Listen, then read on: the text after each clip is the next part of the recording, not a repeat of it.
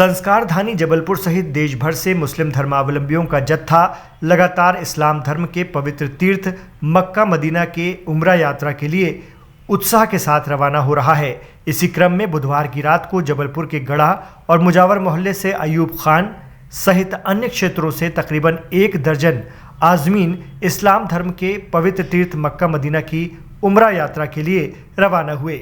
इस मौके पर उन्हें मुबारकबाद पेश करने बड़ी संख्या में लोग जबलपुर रेलवे स्टेशन फूल लेकर पहुंचे थे।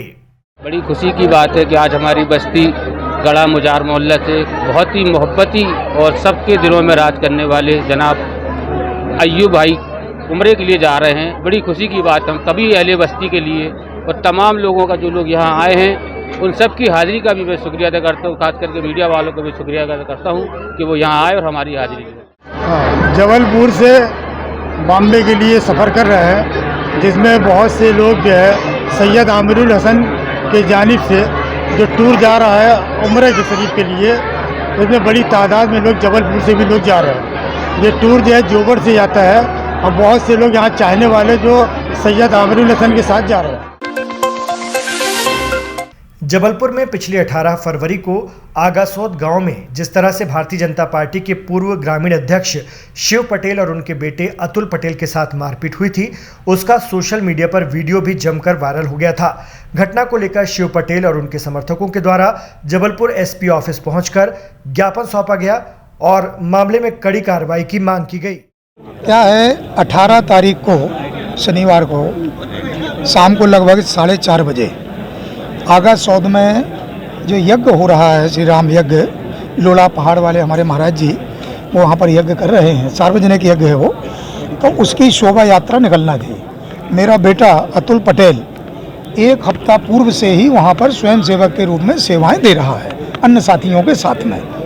उस दिन भी शोभा यात्रा के समय से पहले सुबह से ही वो वहाँ पर साथियों के साथ में था, तो उसकी सेवाएँ थी। जो ब्राह्मण लोग, पंडित लोग आ रहे शोभा यात्रा में शामिल होने, उनको गाड़ी पे अंदर ले जाना, फिर बाहर गाड़ी लाना, फिर अंदर उनको ले जाना, जो आते जा रहे हैं, इस व्यवस्था में उसको लगाया गया था। तो वहाँ के बैनी खेड़ा निवासी एक गुंडा, जिसको हम गुंडा ही कहेंगे, जिसके खिलाफ में अनेक आपराधिक मामले दर्ज हैं अन्य थानों में, तो वो वहाँ पर अपने गुंडागर्दी की दम पर अवैध पार्किंग वहाँ पर लगा के रखा। तो वो किसी भी व्यक्ति को वहाँ पर बगैर शुल्क लिए जाने नहीं दे रहा था। तो इससे भी उसने शुल्क मांगा कि तुम बार बार अंदर बाहर हो रहे हो, जबकि उसके पूर्व भी लगभग अनेक लोगों से अभद्रता कर चुका, गाली गलौज कर चुका, कि जो पैसे नहीं दे रहा था तो उनको गाली गलौज करके पैसे ज़बरदस्ती लेना। तो इसके साथ भी वही घटना उन लोगों ने की। उसके साथ में अन्य भी लड़के थे, तो इसने उसका विरोध किया तो वो गाली बकने लगे। इसने बोला कि यहाँ पर शुल्क मनाही है। अरे बोले, गाली मना है, तुम हमको कानून बता रहे हो, नियम बता रहे हो, मेरी मर्जी, मैं यहाँ का फलाना हूँ ठिकाना हूँ, जानते नहीं हो मेरे को, मेरे अनुसार यहाँ का पूरा क्षेत्र चलता है मेरे। तो इस प्रकार से उससे, और पैसे नहीं दोगे तो बोले नहीं जाने हैं, नहीं तो ऐसा कर देंगे वैसा कर देंगे।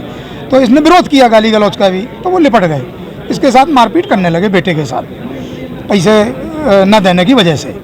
उसी बीच ऐसा कुछ भाग्य बना कि मैं पाटन से एक धार्मिक आयोजन से, शोभा यात्रा से, शिवरात्रि की, वहाँ से मैं निवृत्त होकर और यहाँ पे मुझे इस कार्यक्रम में शामिल होना था, तो मैं भी वहीं पर पहुँच गया घटनास्थल पर। तो मैंने देखा कि ये मारपीट हो रही है, किसके साथ हो रही मैंने उसको नहीं देखा, मैंने केवल ये देखा कि मारपीट हो रही, तो धार्मिक स्थान पे ये ठीक नहीं है, तो मैंने उसको मना किया।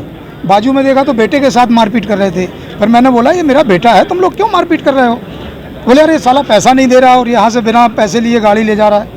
तो इस प्रकार मैंने कहा यहाँ पे धार्मिक आयोजन में बैलेंस नहीं पैदा करना है। तो अरे बोले, तुम भी नियम कानून बता रहे हो। मेरे साथ भी वही हरकत उन्होंने की। एक ज्ञापन दिया गया है जिसमें कि 18 फरवरी की शाम को 4:30-5 बजे आगासोद की जहाँ कथा हो रही थी, उसके बाहर जो पार्किंग का क्षेत्र के आसपास एक झगड़ा हुआ था, जिसमें कि ये ज्ञापन में जो प्रतिवेदित किया है उसमें ये उल्लेख है कि राहुल यादव है, उन्होंने वहाँ पे मारपीट की, अब आदतन अपराधी हैं। तो ज्ञापन में इनके विरुद्ध जो कार्रवाई करने के लिए ये दिया गया। जबलपुर में जिस प्रकार से पूर्व वित्त मंत्री और पश्चिम विधानसभा क्षेत्र के विधायक तरुण भनोट के द्वारा पीडीएस दुकानों में वितरित किए जाने वाले चावल को लेकर सरकार को घेरा गया था, अब यूथ कांग्रेस भी मामले को लेकर मैदान में उतर आई है। यूथ कांग्रेस के जबलपुर उपाध्यक्ष विजय रजक के नेतृत्व में सैकड़ों की तादाद में यूथ कांग्रेस के कार्यकर्ता कलेक्ट्रेट ऑफिस पहुंचे और एक ज्ञापन जिला कलेक्टर के नाम सौंपा। वहीं यूथ कांग्रेस के जबलपुर उपाध्यक्ष विजय रजक ने आरोप लगाया कि सरकार द्वारा गरीबों को राशन दुकान द्वारा वितरित किए जाने वाले धान की किसानों से खरीदी की जा चुकी है, लेकिन अभी भी अनियमितताएं हैं। आज जबलपुर युवक कांग्रेस के नेतृत्व में आज हम लोगों ने कलेक्टर महोदय के नाम यहाँ पे एसडीएम महोदय जी को ज्ञापन सौंपा है कि बहुत बड़ी जो चावल जो अनाज राशनों में वितरण किया जाता है उसमें एक बहुत बड़ी धांधली सामने आई है। आज जब आप अपने क्षेत्रों में हम लोग देखते हैं कि चावल खरीदने के बाद जो गरीब व्यक्ति है वो तत्काल पास की दुकान में जाकर अपना चावल 12 रुपये किलो में बेच देता है और कुछ देर बाद वहाँ पे राइस मिल संचालक लोग आते हैं जो वो ही चावल 17 रुपये में ख़रीद लेते हैं और थोड़ी देर 2-3 दिन बाद वो चावल जबलपुर के वेयर हाउसों में जमा हो जाता है कि ये दराई करके उन्होंने जमा कर दिया। मतलब शासन के द्वारा गरीबों को राशन में बांटने के लिए किसानों से धान खरीदी जाती है, धान मिलों को दी जाती है दराई करने के लिए, और जो अच्छी गुणवत्ता की जो हमारी धान है मध्य प्रदेश की उसे आंध्र प्रदेश और दूसरे प्रदेशों में बेच दिया जाता है यहाँ के मिलरों द्वारा, और वापस से खराब जो धान है जो चावल यूपी बिहार से लाकर उसे यहाँ पे जमा कर दिया जाता है। इसमें यहाँ के अधिकारी भी संलिप्त हैं। जो मध्य प्रदेश विपणन मर्यादित संघ के जो डीएमओ हैं रोहित सिंह बघेल जी, उनका 5 रुपये प्रति क्विंटल इसमें कमीशन है।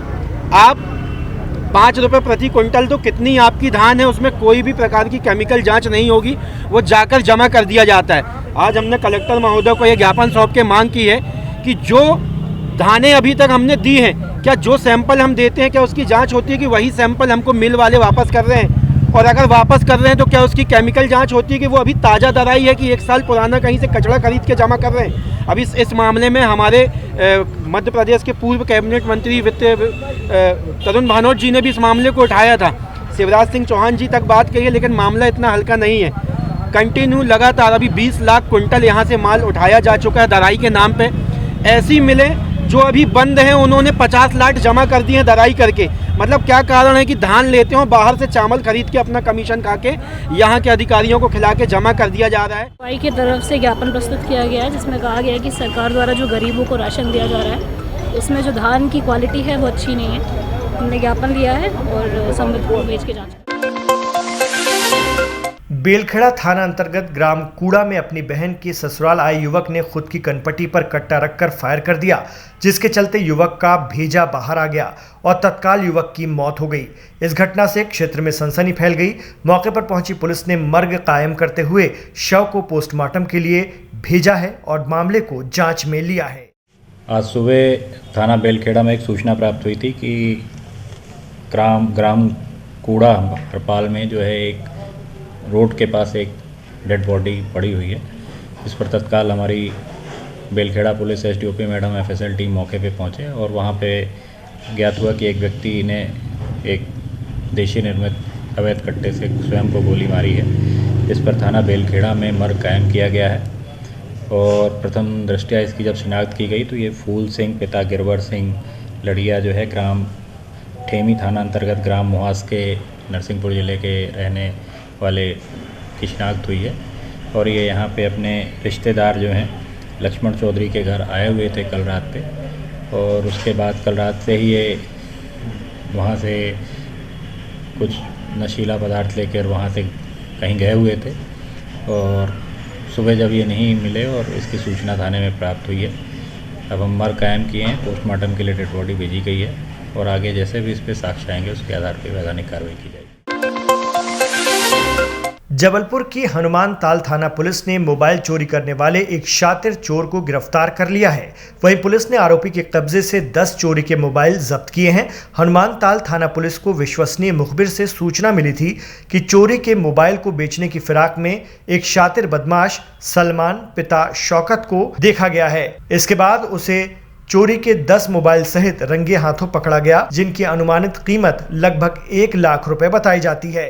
हमारी हनुमानताल पुलिस को एक सफलता मिली है जिसमें 10 नग चोरी के मोबाइल सलमान पिता शौकत के कब्जे से जब्त किए हैं। पुलिस को मुखबिर द्वारा सूचना मिली थी आज सुबह कि एक व्यक्ति जो कि चोरी के मोबाइल उपयोग कर रहा है और संभवतः इसके पास और भी चोरी के मोबाइल हैं। इसकी तलाशी की जाए और जांच की जाए तो इसमें जो है हमारी पुलिस टीम प्रधान आरक्षक महेंद्र शुक्ला के नेतृत्व में जाके संदिग्ध व्यक्ति की तलाशी ली तो उसमें से एक चोरी का मोबाइल उसके पास मिला जिसके पास कोई डब्बा बिल नहीं था। फिर उससे जब गहनता से पूछताछ की तो उसने और भी मोबाइल जो है अलग अलग जगहों से चोरी करके और अपने पास रखे होना बताया। जो उसके घर से गली नंबर मक्का नगर गली नंबर 7 से जो है कुल मिला के 10 अलग अलग कंपनी के मोबाइल चोरी के हमने जब्त किए हैं और इनकी IMEI निकाल के और इनका कॉल डिटेल निकाल के इनके मालिक तक पहुंचा जाएगा।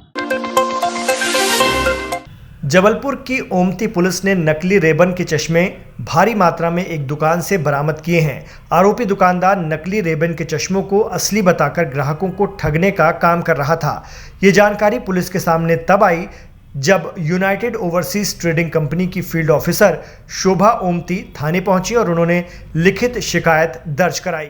ये यूनाइटेड ओवरसीज ट्रेडमार्क कंपनी है जिनके फील्ड ऑफिसर मिस्टर शोभा आज थाने पर एक लिखित आवेदन पत्र सूचना के माध्यम से लेकर आए थे कि थाना क्षेत्र में ही एक दुकान है जिसका नाम है राज ऑप्टिक्स नाम की दुकान है जिसके मालिक पदम कुमार मिलानी हैं। इनके यहाँ जो है तो रेबन कंपनी का नकली चश्मे का विक्रय किया जाता है। तो field officer mister Shobha ji की सूचना पर पुलिस दुकान पर जाकर रेड कार्रवाई की थी जहां पर काफ़ी बड़ी मात्रा में नकली रेबन के चश्मे मिले थे जिनको पुलिस जब्त करके कॉपीराइट एक्ट के तहत कार्रवाई की। होली के पर्व पर मिशनरीज द्वारा संचालित स्कूलों में परीक्षा का आयोजन किया जा रहा है जिसको लेकर अब विरोध शुरू हो गया है। इसी कड़ी में मध्य भारत मोर्चा के सदस्यों ने कलेक्टर कार्यालय पहुंचकर अपर कलेक्टर से होली के पर्व पर आयोजित हो रही परीक्षाओं को आगे बढ़ाने की मांग की है। होली के पर्व पर जो बच्चे पढ़ते हैं स्कूलों में देखने में आ रहा है कि उनके एग्ज़ाम रख दिए गए हैं होली के एक दिन पहले और एक दिन बाद। मैं मानता हूँ कि नियम है, नियम आया है, लेकिन ये नियम बड़े बच्चों के लिए है जो 10वीं 11वीं 12वीं 8वीं 9वीं के हैं। लेकिन उसमें जो छोटे बच्चे हैं जो कम उम्र के हैं जो अपने होली का पर्व उत्साह से मनाते हैं, इससे क्या होगा, जो बच्चे हैं वो अपना पर्व भूल जाएंगे, अपने पढ़ाई लिखाई में व्यस्त हो जाएंगे, अपने पर्व में जो हिंदुओं का पर्व होता है एक बड़ा पर्व है उसमें समय नहीं दे पाएंगे। इसी को मांग को लेकर आज हम आए थे। हमने अपर कलेक्टर साहब से मांग करी है कि जो नर्सरी से 7वीं तक के बच्चे हैं उनको रियायत दी जाए, उनको छुट्टी दी जाए ताकि वो अपने होली का पर्व मना सके और त्यौहार भूले ना। नहीं तो भले ऐसे में तो आगे चल के त्योहारों का महत्व ही नहीं रह जाएगा, लोग फिर याद करेंगे कि कोई त्यौहार होता रहा। इसी को लेकर हम आए थे। मध्य भारत मोर्चा अध्यक्ष। जबलपुर में एक दंपत्ति के साथ एक कार चालक द्वारा दुर्व्यवहार करते हुए न केवल गाली गलौज की गई बल्कि बंदूक निकालकर उन्हें डराने का भी प्रयास किया गया। घटना के बाद पीड़ित दंपत्ति थाने पहुंचे और पुलिस को पूरे मामले की जानकारी देते हुए शिकायत दर्ज कराई। पुलिस ने आरोपी चालक का पता वाहन नंबर के आधार पर निकाला है और उसे गिरफ्तार किया गया है। 14 तारीख को एक बिन्नी कपूर पति प्रतीक बोहानी ने एक रिपोर्ट कराई थी। ये अपना नवदरा बीच के पास हनुमान मंदिर के पास जा रही थी तो पीछे से क्रिया करने से गाड़ी वाले ने आकर के उनकी गाड़ी में टक्कर मार दी थी। इसके बाद उनका विवाद हुआ था तो उस गाड़ी वाला जो था गुस्से में आकर के गाली गलौज किया था, बंदूक वगैरह भी निकाल लिया था। उस पर से अपराध क्रमांक 79 आप लिखते इस कायम करके धारा 294 379 506 का विवेचना में लिया गया था। दौरान विवेचना आज दिनांक को आरोपी विनोद पटेल को गिरफ्तार किया गया है और उसके कब्जे से उसके घटना प्रयुक्त वाहन और उसकी राइफल जब्ती की गई है। ये सब लिखे रहते हैं, गांव देहात में कोई चलती रहती है इनकी। बाकी ऐसा कोई प्रदेश अध्यक्ष नहीं है, वो अपने लोधी समाज का होगा।